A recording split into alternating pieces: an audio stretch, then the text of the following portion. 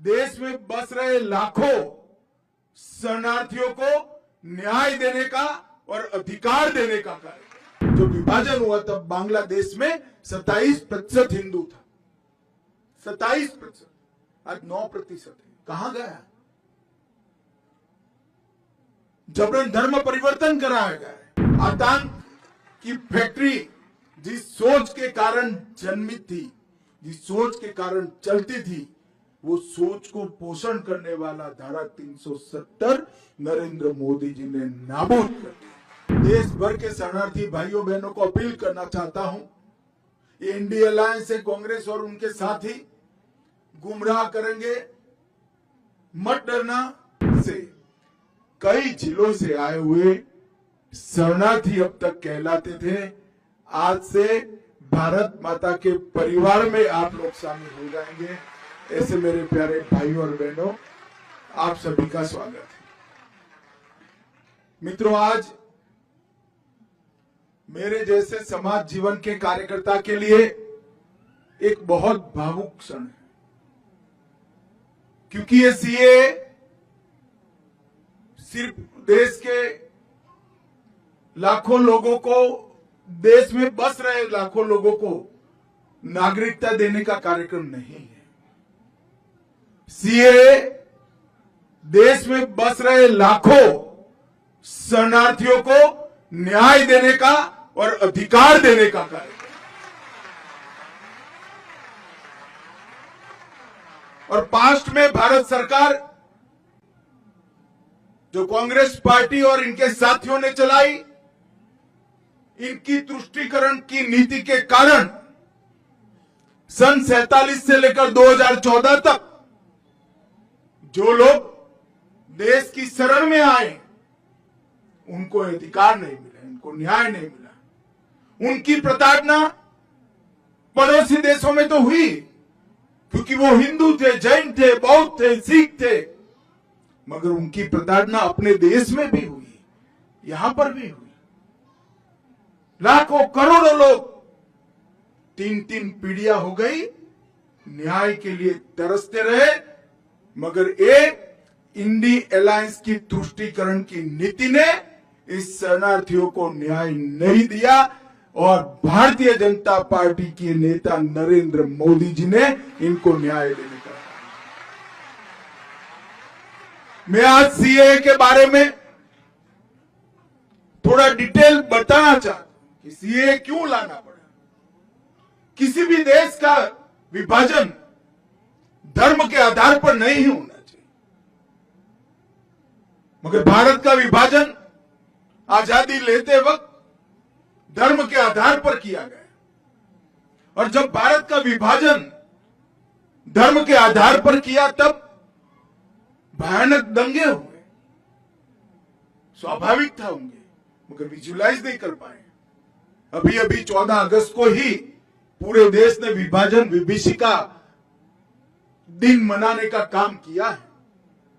भारत के करोड़ों लोग ये भूल नहीं सकते कितनी पारावार वेदना जो हिंदू, बौद्ध, सिख, जैन पाकिस्तान, अफगानिस्तान, बांग्लादेश में रहते थे, उनको सहन करनी पड़ी।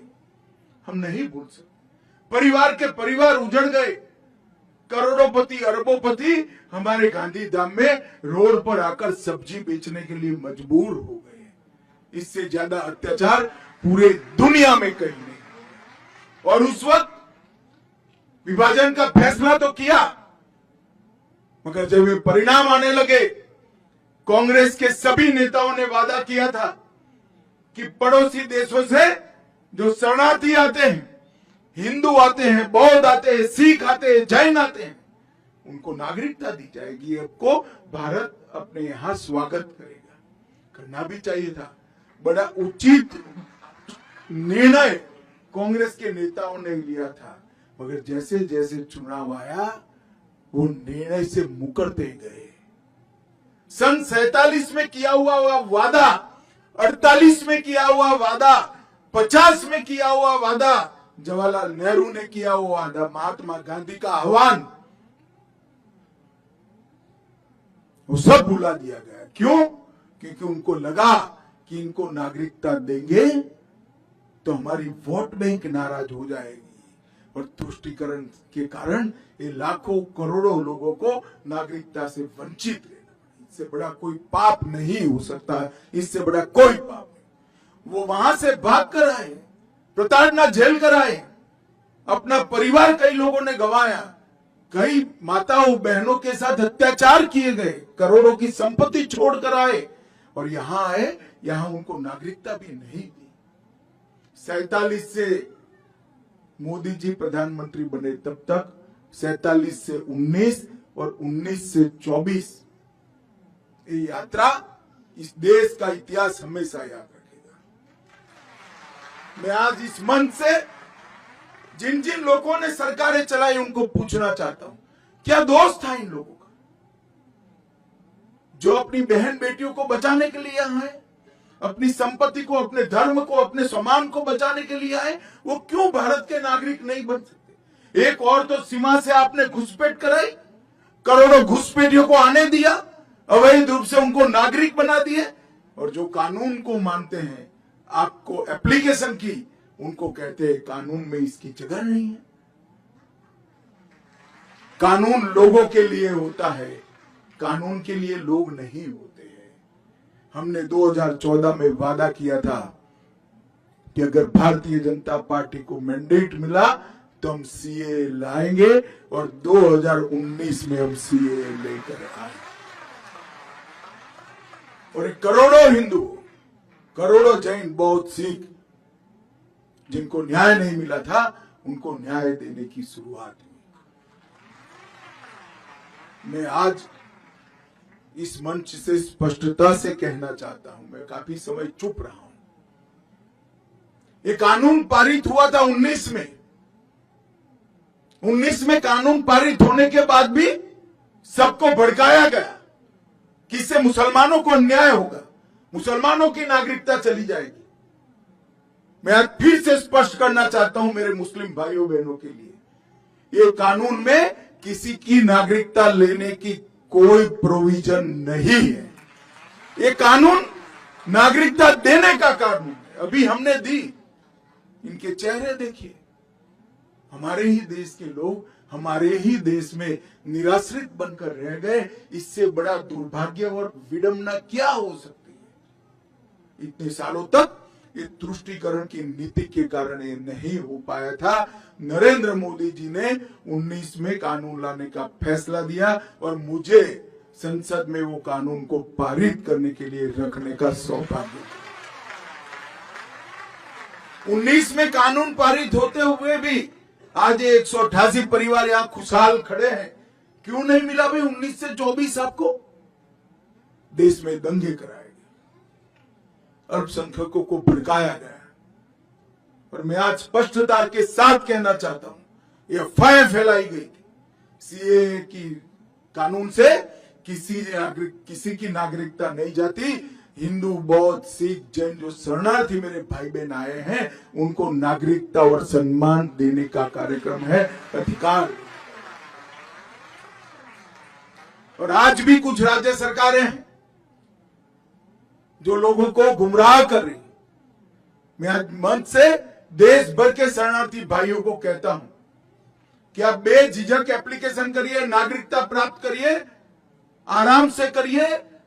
इससे पास्ट में अगर आपकी नौकरी है तो वो चालू रहेगी, आपका मकान है वो आपके नाम पर ही रहेगा, आपके सारे काम जो है वो रिट्रोस्पेक्टिव इफेक्ट से सुधारने। इसमें कोई क्रिमिनल केस का प्रोविजन नहीं, सबको पार्डन दिया गया है। और पार्डन इसलिए लिया है कि सरकार के कारण ये देरी हुई, आपके कारण नहीं हुई। मैंने अभी बहन को पूछा कब आई आप, तो 95 में आई। 95 से अब तक किसने देरी की? वो तो तुरंत चाहती थी मैं भारत की नागरिक बनूं, मगर किसने नहीं बनने दिया? सरकार ने कहा। इसीलिए सिटीजनशिप अमेंडमेंट एक्ट लाना पड़ा। और आज मुझे बड़ा दिल में बहुत संतोष है कि मेरे ही राज्य में आज 188 परिवार मां भारती के परिवार बनकर, हमारे भाई बहन बनकर, हमारे साथ सम्मान के साथ। और मैं आज अपील करना चाहता हूं देश भर के शरणार्थी भाइयों बहनों को, कोई भी गुमराह करे, कोई भी पार्टी करे, मैं पार्टियों का नाम नहीं लेना चाहता, मगर आप मत मानिएगा। ये कानून आपको न्याय देने के लिए है। आपके साथ जो अत्याचार हुए हैं इसकी क्षमा के साथ परिमार्जन के लिए आपको सम्मान देने का कानून है। जो विभाजन की विभीषिका को झेले हैं और बाद में भी जो वहां रहे, आज हमें पूछते थे संसद में मुझे विपक्ष के मित्र, क्यों ये कानून, क्यों ऐसा? मैं आज उनको कहना चाहता हूं, जब विभाजन हुआ तब बांग्लादेश में 27% हिंदू था, 27%, आज 9% है। कहां गया? जबरन धर्म परिवर्तन कराया गया है। 27% हिंदू था, या तो वो यहां आए, शरण में आए, या धर्म परिवर्तन कर। क्या उनको अपनी इच्छा के अनुसार अपने धर्मों में जीने का अधिकार नहीं है क्या? अगर पड़ोस के देश में अपने सम्मान के साथ जी नहीं सकते, हमारी शरण लेकर आते हैं, तो हम क्या करेंगे? हम मूक दर्शक बनकर बैठ नहीं सकते। ये नरेंद्र मोदी सरकार है, आपको न्याय मिलेगा और जरूर। और सालों से इस शरणार्थियों की मांग थी। 19 में मोदी जी ने अपनी दृढ़ राजनीतिक इच्छा शक्ति के कारण एक फैसला लिया, कानून पारित हुआ, आंदोलन हुए, कुछ जगह पे हिंसक घटनाएं भी हुई। जो हुआ हुआ, अंततोगत्वा 24 के चुनाव के पहले हमने रूल्स बनाकर अधिकार दे दिया और आज सर्टिफिकेट भी दे दिया आप लोगों को।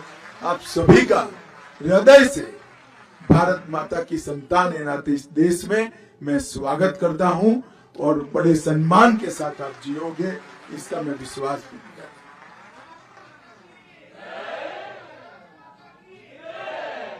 मित्रों, नरेंद्र मोदी जी जब भारतीय जनता पार्टी ने उनको देश के प्रधानमंत्री पद के उम्मीदवार के रूप में नामित किया, तब मोदी जी ने इस देश की जनता को कहा था कि इस देश का लोकतंत्र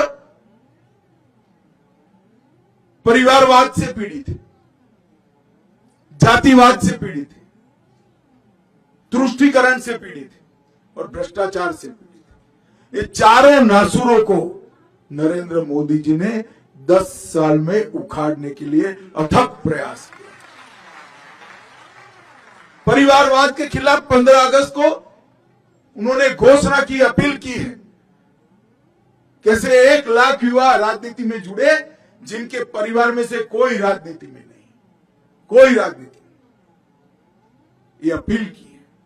और परिवारवादी पार्टियों को घोर पराजय भी देश की जनता ने घोर पराजय दिखाया है। भ्रष्टाचार के खिलाफ भी जंग किया, जातिवाद के खिलाफ भी किया।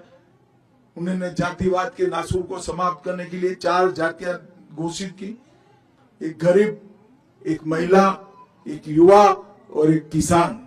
ये 4 जातियों में ही पूरा देश बटा हुआ है और ये 4 जातियों को ही एक नए प्रकार की राजनीतिक फिलसफी उन्होंने देश के सामने रखी और उन्होंने तुष्टीकरण की राजनीति को भी तिलांजलि दे दी। इस देश के कई मसले ऐसे अटके पड़े थे। राम मंदिर का मसला अटका था 550 साल से, आज भव्य राम मंदिर अयोध्या में बनाने का काम पूरा है। औरंगजेब ने तोड़ा हुआ काशी विश्वनाथ का मंदिर फिर से बन गया। मोहम्मद बेगड़ा ने तोड़ा हुआ हमारा पावागढ़ के शक्तिपीठ का भी पुनरुद्धार।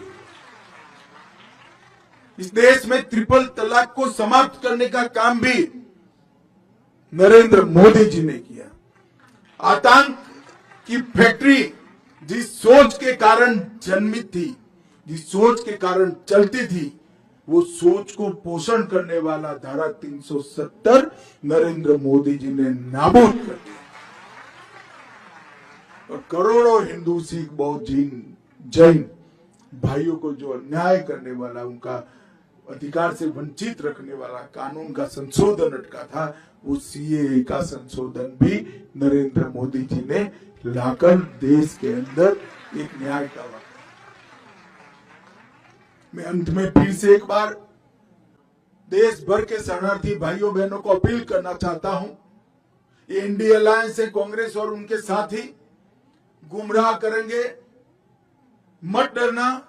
मैं देश के गृह मंत्री के नाते कहता हूं, आप एप्लीकेशन कर दो, आपको न्याय मिलेगा, कोई कोर्ट केस नहीं। और ये तो उदाहरण है, 188 परिवार, कोई कोर्ट केस नहीं हुआ, नागरिक भी बन गए, उनके बच्चे एमएलए भी बनेंगे, सांसद भी बनेंगे, आईएएस भी।